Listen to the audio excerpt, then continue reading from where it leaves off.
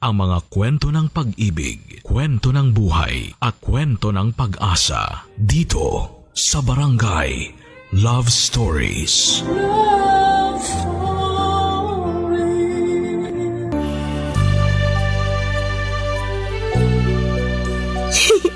Ayun na nga ate, nagugustuhan ko na siya. Kaya lang mas bata siya sa akin eh. Ilang taon? 2 taon. Kung 32 na ako, ibig sabihin 30 years old na siya. Tingin mo swa kami? Oo naman. Saka di naman nagkakalayo mga edad nyo, pareho na kayong nasa 30. Wala lang, naisip ko lang na baka pangit tingnan. Anong pangit tingnan? Ngayon ka lang ba nakakita ng mas matanda ang babae sa relasyon? Hindi naman. Oh, hindi naman pala eh. Nag-overthink lang. Kilala mo naman ako, 'di ba? Oo, overthinker na praning. Grabe, double kill naman yun. Nagsasabi lang ako ng totoo. Pero ayun nga, wala namang masama sa mga edad nyo. Lalo na kung pareho yung nararamdaman nyo sa isa't isa. Saka matagal ka ng single.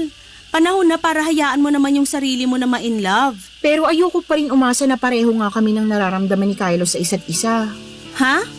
Akala ko ba? Baka maling akala lang pala. Alam mo, kesa mag-isip ka't manghula kung ano talaga yung nararamdaman niya para sa'yo, bakit di mo na lang siya tanungin? Ayoko nga. At bakit? Inahihiya ako eh. Kababae kong tao baka isipin nun desperada ako. Gaga, ano ba yung pinagsasasabi mo? Basta. Matatanda na kayo para maghulaan ng isip o magpakiramdaman. May mga bibig naman kayo para gamitin sa pagsasalita. Saka na, kapag nakapag-ipon na ako ng lakas ng loob na tanungin siya. Bigyan mo ng deadline yung pag-ipon mo ng sama ng loob. Lakas ng loob, ate. Ay, sorry, mali. Lakas ng loob pala. Sinadya mo yun eh. Para ka kasing ewan. Akala mo yata teenager ka pa rin, no? Kung umasta ka, parang unang beses ka palang na in love. Bakit? May tao bang eksperto pagdating sa bagay na yun? Wala pa naman siguro. Kaya nga dapat mas maintindihan mo yung pinanggagalingan ko. Naiintindihan ko naman. Pero di lang ako masyadong makarelate kasi ako nga nanligaw sa asawa ko noon. Ayaw nga pala, ibang klase ka rin eh. Sana may ganyan din akong lakas ng loob. Desperada na kasi ko noon kaya naisipan kong sumugal na. Buti na lang talaga tama yung desisyon ko. Pero sakali mang hindi kami pareho ng nararamdaman sa isa't isa ng asawa ko, ayos lang. Tatanggapin ko pa rin kahit na masakit kasi alam ko sa sarili ko na makaka-move on naman ako. Kailangan ko lang damhin yung sakit tapos tuloy ang buhay. Pero buti na lang sumugal ka at nanalo ka. Oo, tingin ko ganti na yun ang langit sa akin pagkatapos sa mga pangit kong karanasan sa pag-ibig.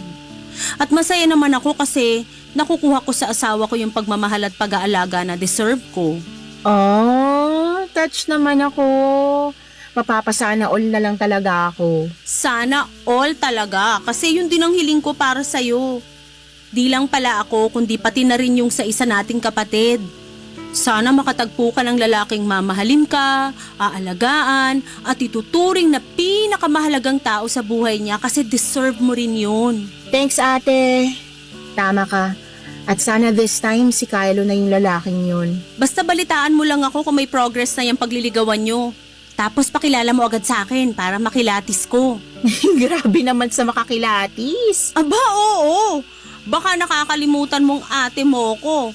At responsibilidad ko bilang ate na kilalanin yung lalaki na posible mong maging boyfriend. Tandaan mo yan. Oo naman. Tatandaan kong mabuti yan. Papadudot close talaga kami ng ate ko simula pagkabata. Bale, 3 kaming magkakapatid at ako ang bunso. Ang kuya ko ay nasa ibang bansa kasama ang asawa at mga anak niya. At dahil ako na lamang ang walang sariling pamilya sa amin ay sinabi ni ate na mangupahan ako sa kalapit nilang apartment para sama-sama pa rin kami sa isang compound. Malapit din ako sa mga pamangkin ko at kapag wala akong trabaho ay madalas nakatambay ako sa inuupahan nila. Siyempre, nakwento ko rin sa kanya ang tungkol sa katrabaho kong si Kylo na nagugustuhan ko at masaya ko dahil suportado ni ate ang hindi pa naman confirm na love life ko. Kung ilalarawan ko si Kylo ay masasabi kong may itsura naman siya. Matangkad, moreno, guwapo at malakas ang appeal. Mabait din siyang kausap at may pagka-gentleman. Dahil nga sa tingin ko ay mutual naman kami ng nararamdaman sa isa't isa ay hinayaan ko si Kylo na mapalapit sa akin. Hindi nagtagal, nagkaaminan kami ng feelings at niligawan niya ako na umabot ng 2 buwan, Papa Dudut.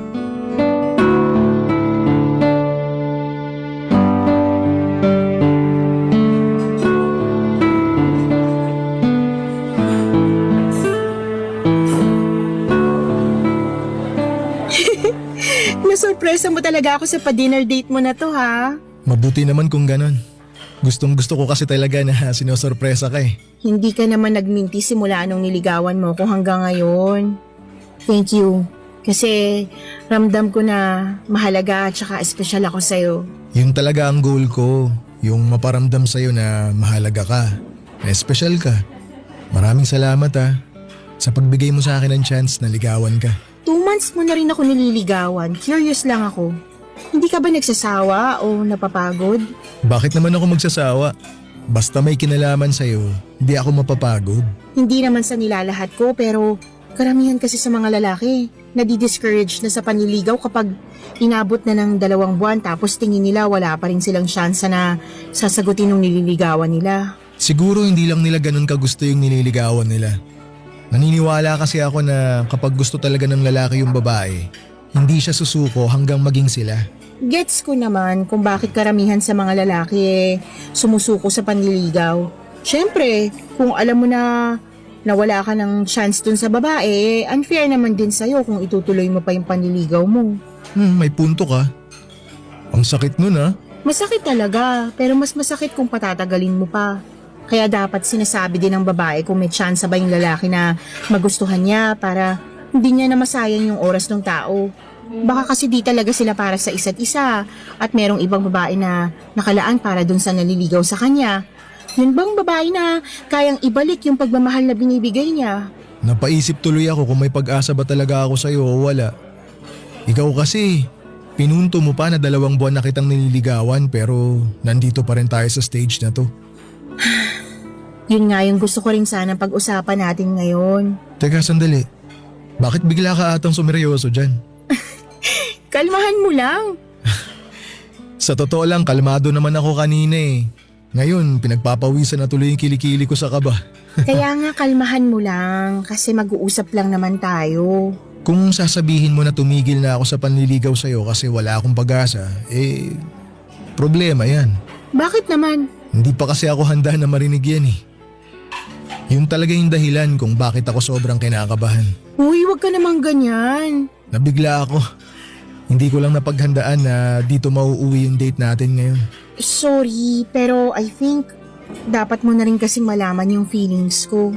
Okay. Pero bago mo sabihin lahat ng mga gusto mong sabihin, pwede bang ako muna magsalita?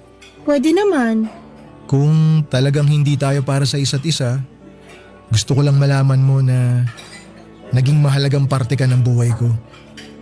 At kahit kailan, hindi ko pagsisisihan na niligawan kita. Sinabi ko sa sarili ko na sigurado na ako sa nararamdaman ko para sa'yo eh. Lalo ngayon na hindi na lang kita basta gusto. Sa loob ng 2 buwan, mas lumalim pa to. Pwedeng hindi ka maniwala, pwede ka rin mabigla. Zayel, mahal na kita. Pero huwag ka mag-alala.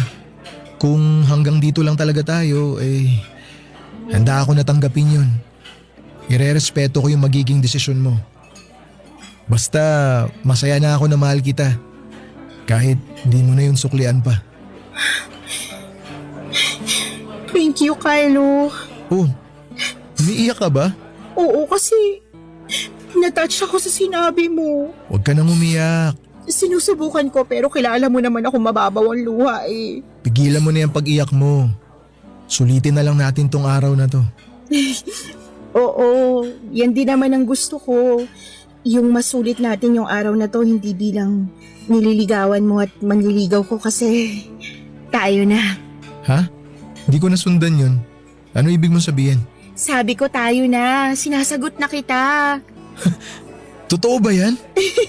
Oo, yun talagang gusto kong sabihin sa'yo kanina pa. Pasensya ka na kung akala mo gusto lang kitang patigilin sa panliligaw sa akin ha. Sa totoo lang, oo. Gusto na kitang patigilin kasi sinasagot na kita.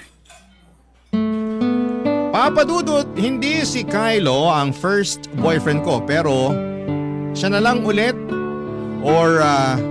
siya na lang ulit makalipas ang ilang taon na pagiging single ko. Kaya nga noong binalita ko kay ate na kami na ay sobrang saya niya. Masaya rin ang kuya ko na nasa abroad dahil matagal na rin niya akong hinahanapan ng makakarelasyon. Nirereto pa nga niya ako sa ilan niyang kakilalang afam pero ako lang yung may ayaw. Sa Pinoy pa rin talaga ang puso ko at sa pagkakataong yon ay nakay Kylo na nga. Walang araw na lumipas na hindi kami naging masaya ni Kylo. At kahit na nga nasa 30s na kami ay pakiramdam namin ay bumalik kami sa aming early 20s. Sa bagay wala namang edad kapag na-in-love ka. At hindi naman yon naging issue sa amin ni Kylo. Basta masaya kami ng mga panahong yon sa piling ng isa't isa. At laking pasasalamat ko sa Diyos dahil dininig niya ang panalangin kong matagpuan na ang lalaking magiging kabiyak ng aking puso, Papa Dudut. Barangay Love Stories. Barangay Love Stories. Papa Dudut, dalawa na ang nakarelasyon ko noon bago si Kylo at parehong hindi rin naman nagtagal. Yung una ay 6 na buwan lang at yung pangalawa ay 1 taon at kalahati. Kaya nga hindi niyo ako masisisi kung bahagya akong natroma sa pag-ibig. Pero gusto ko pa rin namang makakilala ng lalaking mamahalin ko at kung loloobin ay siya na ring makakasama ko sa panghabang buhay. Kaya nga masaya at nagagalak ang puso ko nang dumating sa piling ko si Kylo. Fast forward, naging masaya ang unang 2 buwan namin bilang magkasintahan. At kahit na hindi pa nga kami nagtatagal ay naisip ko na siya na ang lalaking gusto kong makasama bilang aking asawa at tatay ng mga anak namin. Hindi ko alam, Papa Dudut, pareho pala kami ng iniisip at nakumpirma ko lamang yon noong niyaya ako ni Kylo na makipag-live-in na sa kanya. Pero alanganin pa rin ako dahil hindi ko pa naman nasubukan ang bagay na yon. Buti na lamang to the rescue sa akin si ate para magbigay ng advice.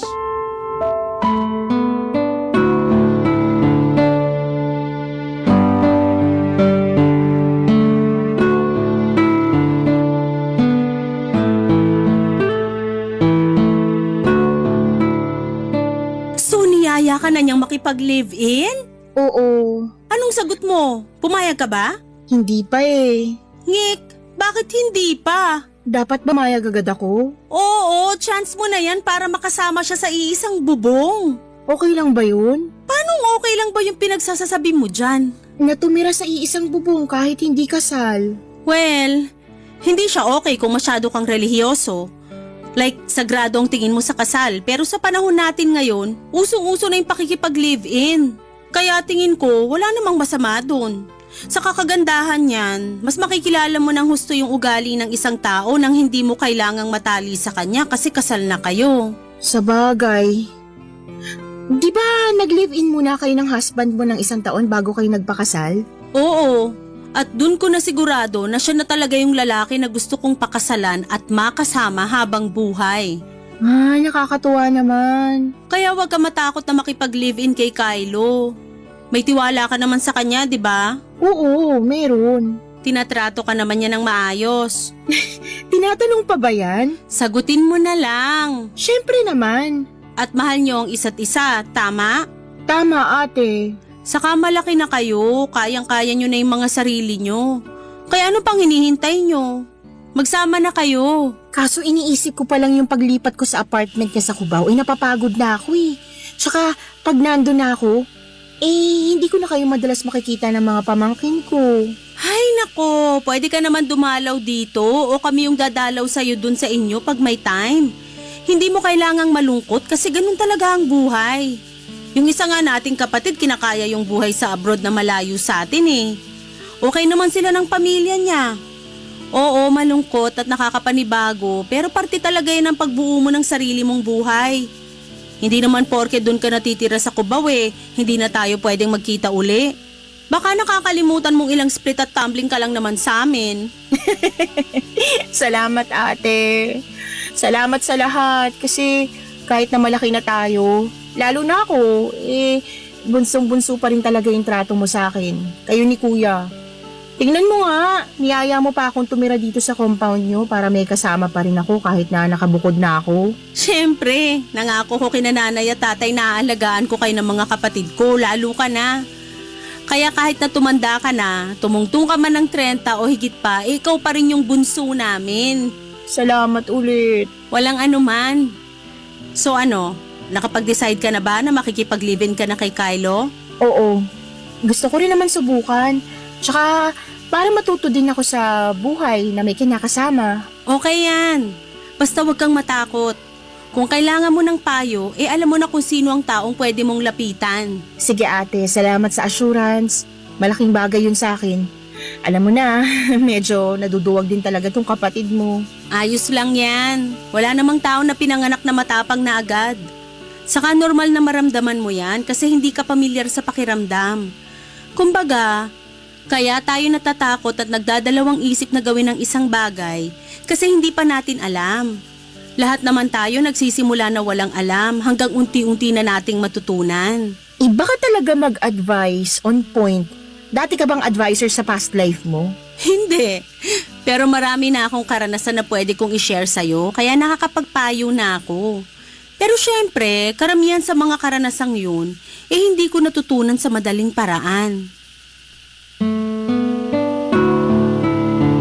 Papadudot malaki ang naitulong na mga payo ni ate upang maging bukas ang isipan ko tungkol sa pakikipag-live-in. Aminado ako na may pagkasinaunang tawa ko pagdating sa bagay na yon pero dahil wala namang masama, ay lumakas ang loob ko na tanggapin ang alok ni Kylo na magsama na kami sa iisang bubong. May punto rin naman ang ate ko na kung gusto kong makilala ng husto ang boyfriend ko, ay tama na manirahan kami ng magkasama. Hindi nagtagal ay umalis ako sa apartment na inuupahan ko para makisama kay Kylo sa nirerentahan niya sa Cubao. At kahit na malayo yon sa pinapasukan naming opisina na nasa Cainta, ay wala namang kaso dahil may motorsiklo naman ang boyfriend ko na ginagamit namin papasok sa trabaho at pauwi na rin. Siguro kung may ikinalungkot lamang ako sa paglipat kong yon sa inuupahan ni Kylo ay walang iba kundi ang napalayo ako kay ate at sa mga pamangkin ko. Pero paminsan-minsan ay bumibisita pa rin ako sa kanila sa Binangonan, Rizal. Mabilis na lumipas ang 2 buwan at sa pagpapatuloy ng pagsasama namin ni Kylo ay may ilang bagay akong natuklasan sa kanya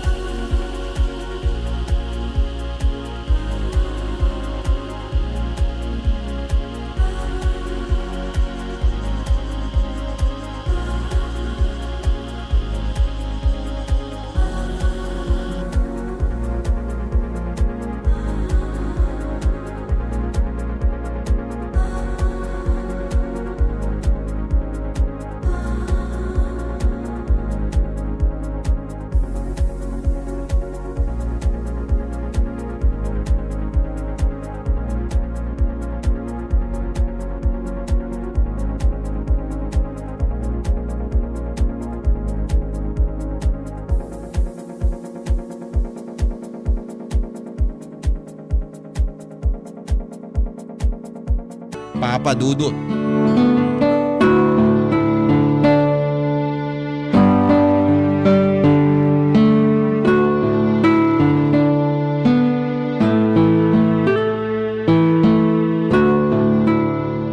Ay, nuknukan naman ng tanga to.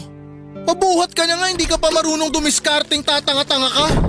Sino ba kasi nagsabi na pasalihin tong inutil na to sa team namin? Ay, nakakawalang gana. Sweetheart, sino kaaway mo dyan? Wala. Tinan mo, tanga talaga. Nakaregister sa Anli yung katangahan? Bobo ang... Ay, ano ba yan? Sino ba yung kaaway mo? Nakakagulat ka eh. Bakit ba ang dami mong tanong? Di mo ba nakikita na naglalaro ako? Istorbo ka eh. Ako pa talagang istorbo ay kararating ko lang. Buwisit! Sana kasi tumahimik ka na lang eh. Ang dami mo kasing dada eh.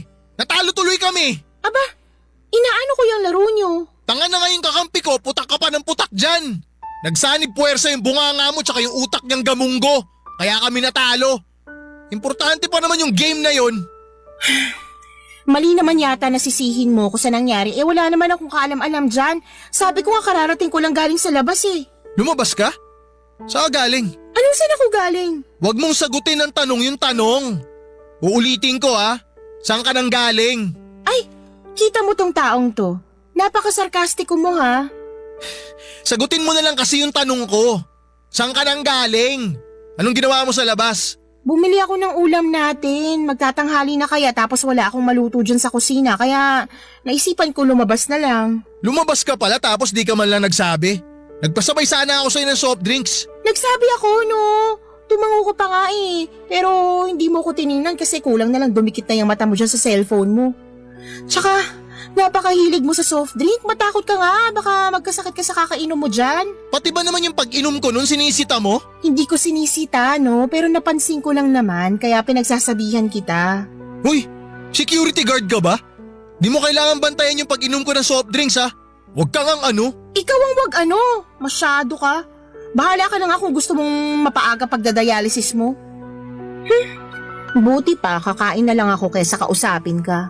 Kanina pa kumakalam tong tiyan ko. Ay teka sandali, Ano na naman ba yun? bakit ikaw lang yung kakain?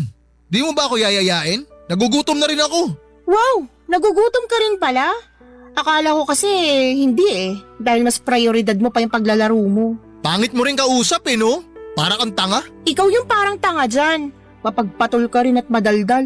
Daig mo pa yung mga babae sa dami ng sinasabi mo. Malamang gagamitin ko yung bibig ko para sabihin lahat ng mga pangit na napupuna ko sa'yo. So, hindi ka naman perfect. Kaya tigil-tigilan mo yung pagiging intrimitida mo. Anong sinabi mo? Sa labas, mamayang 3:30 may parada ng mga bingi. Pwede kang sumali. Para kang ewan. Ano ba yung binili mong ulam? Aha? Ito ba?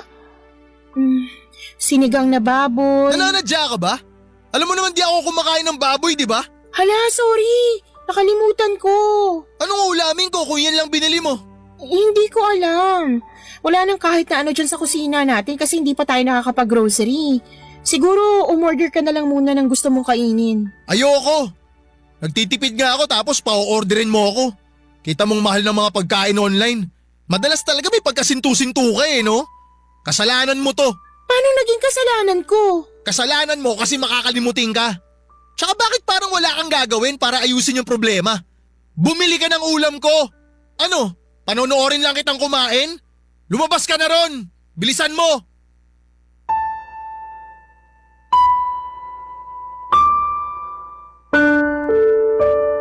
Papa Dudut, totoo nga na mas makikilala mo ang isang tao pag nakasama mo na ito sa iisang bubong. At yun ang eksaktong nangyari matapos ang halos 2 buwan naming pagli-live-in ni Kylo. Ang totoo ay napansin ko ang mga bagay na yon sa kanya noong unang buwan pa lamang pero hindi ko itinuring na malaking issue. Pero na-realize ko na napakasumpungin niya at daig pa ang babae sa dami ng mga sinasabi. Bukod doon ay napakakalat pa niya sa bahay. Akala ko ay normal lang sa isang lalaki na walang masyadong alam sa mga gawaing bahay pero napansin kong sumusobra na si Kylo at mas umiiraw sa kanya ang katamaran. Feeling niya siguro ay nakakuha siya ng instant kasambahay noong nag-live-in na kami. Kaya nga hindi na ako pigil ng damdamin. Nang mga panahon yon, lalo at gutom ako at may dinaramdam din. Hindi ko rin nagustuhan ang mga sinabi sa akin ng boyfriend ko at masyado naman siyang insensitive. Naanimoy hindi ako nasaktan sa mga sinabi niya. Hindi naman sa pagiging balat sibuyas, Papa Dudut, pero naggalit talaga ako sa kanya at nagtampo ng husto. At hindi ko siya inimik buong maghapon hanggang kinabukasan. Barangay Love Stories. Barangay Love Stories. Papa Dudut, nagkabati rin naman po kami ni Kylo at walang nagsorry sa amin. Basta na lamang kaming nag-usap at kinalimutan na lamang namin ang pinag-awayan naming dalawa. Narealize ko rin naman na ayoko nang palakihin ang issue pero aminado akong may tampo pa rin sa kinakasama ko. Kasi mukhang wala siyang pakialam sa feelings ko. Bukod kasi sa mga bagay na napansin ko sa kanya sa 2 buwan naming pagsasama, ay marami pa akong nadiskubre sa ugali niya. Pero ang malaking issue talaga doon ay ang pagiging sumpungin ni Kylo, Papa Dudut. Kahalintulad yon ng mga babae kapag tinotoyo o tinotopak, mas malala lang pala kapag sa mga kalalakihan nangyayari dahil sobra sila kung magtampo. Kapag nag-aaway kami ni Kylo ay ako ang pirming sumusuyo sa kanya. Bagay na kinapaguran ko ng gawin habang tumatagal. Pero dahil desidido ako, Papa Dudut, na maging okay kami ay ginawa ko ang lahat ng pag-a-adjust na pwede kong gawin sa aming relasyon.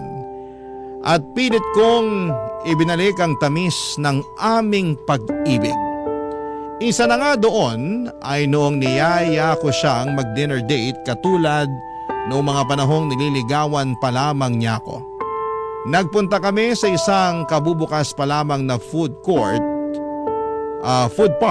na pareho naming nakita online at pinapangarap na puntahan.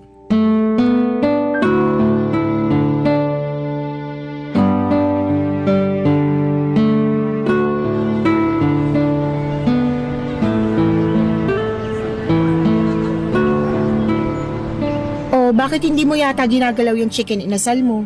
Akala ko ba nagkikrave ka dyan kanina? Kanina yun. Nung nasa harap ko na, nawalan na ako ng gana. Ha? Paano naman nangyari yun? Di ko alam. Basta ganun eh. Siguro kasi di na siya ganun kasarap sa paningin ko. Hindi tulad sa picture nito sa tarpaulin. Mukhang malinamnam, mukhang juicy. Pero sa personal tinan mo, mukhang dry. Tsaka mukhang makunat pa sa goma yung texture nitong petso. Ay, ganun. Nakakalungkot naman pala. Isa pa to, hindi rin masarap tong kape na in-order mo. Paano hindi masarap? Halos maubos mo na nga. Pinilit ko na lang ubusin, sayang eh. Pero lasang pinaghugasan ng bigas to. Kaya napaisip ako, kape ba talaga to o Wala ring lasa yung hinalong gatas. Sayang lang binayad natin. Sana pala nagtubig na lang ako. Okay naman yung inumin ko. Pati yung pagkain ko ayos naman. Hindi kasing sarap sa mga kinakainan nating restaurant pero pwede na. Tsaka hindi na rin naman masama. So ano? Sinasabi mo na sinungaling ako? Kylo naman. Kylo naman! Ubusin mo na lang yung mga in-order mo. Hindi yung nag-iinarte ka pa dyan. Sinasaway lang kita kasi pinagtitinginan na tayo ng mga tao. Huwag ka na rin magtaas ng boses dahil naririnig kita. Magkaharap lang tayo na nag-uusap, 'di ba? Oo nga, magkaharap tayo. Pero parang di naman yata pumapasok sa utak mo yung mga sinasabi ko. Hirap kasi sa'yo, napaka-cheap ng taste mo sa pagkain eh. Kaya pasok na sa panlasa mo yung mga in-order mo. Pinagsasabi mong cheap. Totoo naman eh. Alam mo, pumunta tayo rito hindi para mag-away. Hoy, ano bang ginagawa natin dito? Para mag-date, kumain, tsaka mag-bonding. Tsaka 'di ba, pareho naman natin ginusto na pumunta rito. Bakit ka nagkakaganyan? Kasi mali na naisip pa natin na pumunta dito. Sana pala natulog na lang ako sa bahay. O kaya naglaro ng mobile games. Diyan ka magaling. Puro ka tulog, puro ka mobile games. Libangan ko yung paglalaro. Tsaka matutulog ako kasi gusto ko magpahinga. Pagod ako sa trabaho eh. Natural lang naman na magpahinga, di ba? Computer nga pinagpapahinga eh. Sana yun na lang paglalaro mo at pagtulong mong ginawa mo kasi mukhang mas mahalaga pa sa'yo yung mga yun kaysa sa akin eh. Wow! Umabot ka na sa katsipan na yan? Pinagseselosan mo yung pagmo-mobile games at pagtulog ko? Ang wild nun ah. Ewan ko sa'yo. Di nga. Nagtatampo ka na niyan? He, He? wag mo nga akong gayahin. Huwag mo nga akong gayahin. Kylo naman. Kylo naman. Ah, ganyan pala gusto mo ah. Sige, mag-asaran tayong ungas ka.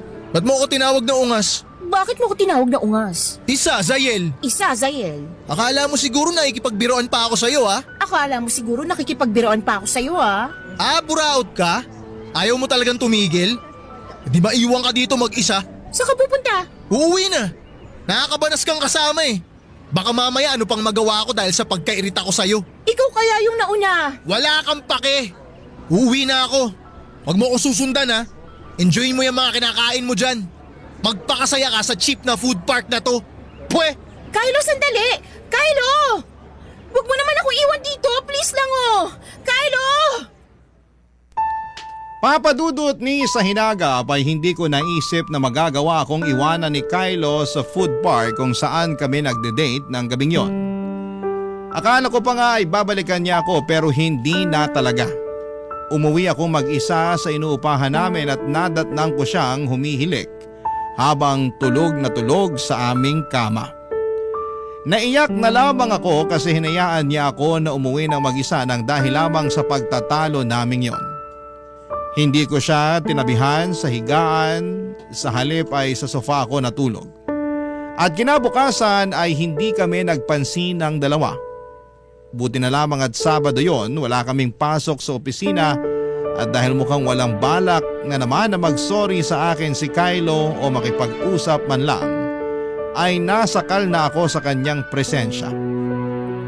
Doon ako nag-decide na umalis sa inuupahan namin para pumunta kina ate sa Binangonan, Rizal. Kinuwento ko sa kapatid ko ang lahat-lahat ng nangyari sa amin ng boyfriend ko, Papa Dudut.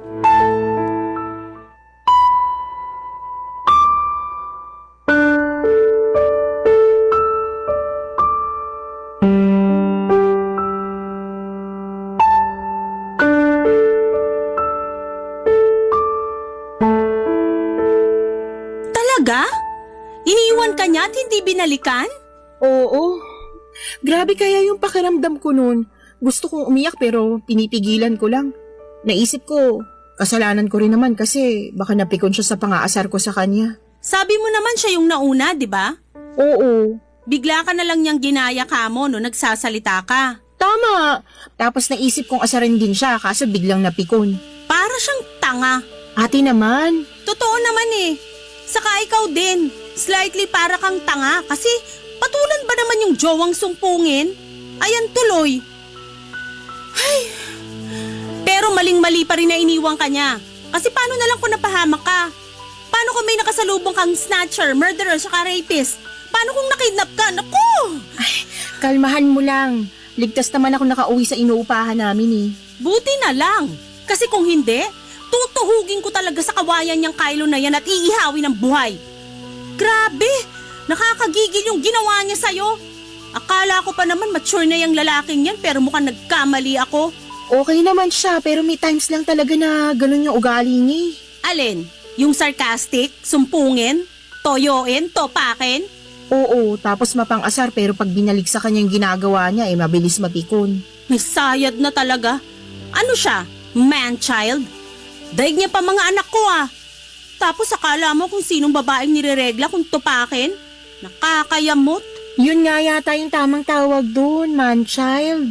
Malas mo naman kung ganun. Akala ko kasi nakahanap ka na ng mature na lalaki. Yun pala hindi.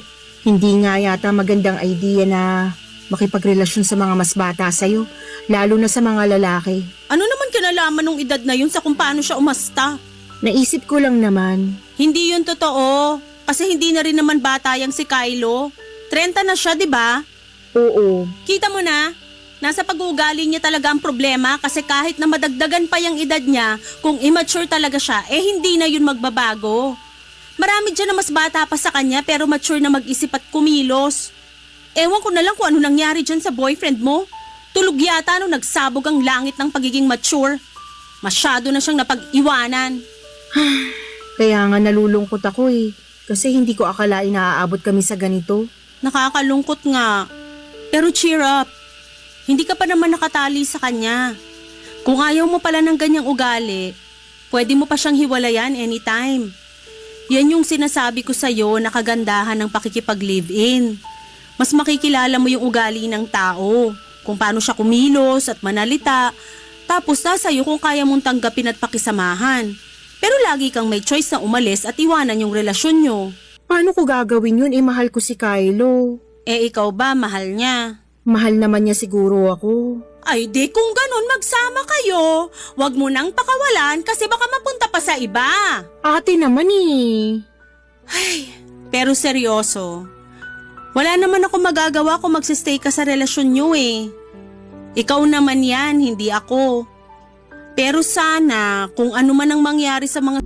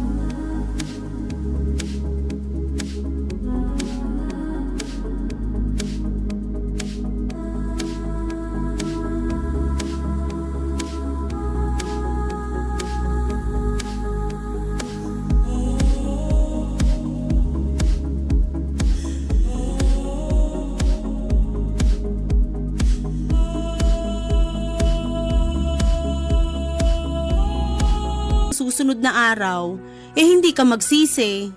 Sa bagay, baka nga dun ka mas matuto, kaya bahala ka na kung paano mo yan didiskartehan. Sa tono mo, para kang sumuko na sa pagpapayo sa akin ha. Hindi naman. Pero alam ko na ikaw pa rin na magdedesisyon yan. Ayoko naman maging kontrabida sa relasyon nyo. Saka baka totoong nagmamahalan nga kayo pero masyado lang napapangibabawan ng pagiging immature ng jowa mo. Sana magbago pa siya. Subukan mo kayang ipaalbularyo. Ipatawas mo, baka kasi nabalis ang engkanto.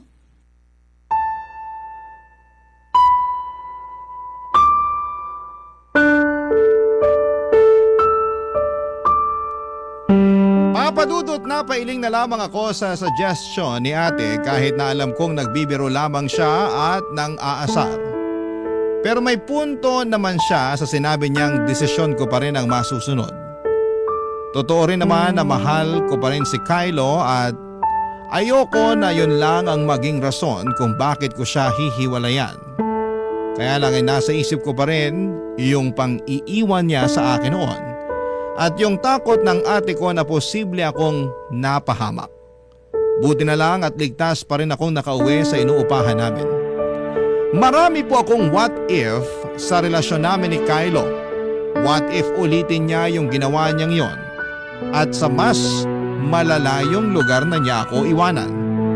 What if magkasakita na kami kasi masyado siyang mapagpatol at marami pang iba? Nagwo-worry ako para sa kaligtasan ko sa aming relasyon at sa kinabukasan namin bilang magkasintahan. Napapaisip ako kung magbabago pa ba si Kylo o ako na lang talaga ang mag-a-adjust sa amin. Sana po ay matulungan ako ng mga kabarangay kung ano ang dapat kong gawin. Hanggang dito na lamang po ang sulat ko, Papa Dudut. Maraming salamat sakaling mapili po ninyong i-ere sa Barangay Love Stories. Sana po'y mapayuhan ako ng mga kabarangay natin. Malaking bagay kasi yon para sa tulad kong nalilito ang puso.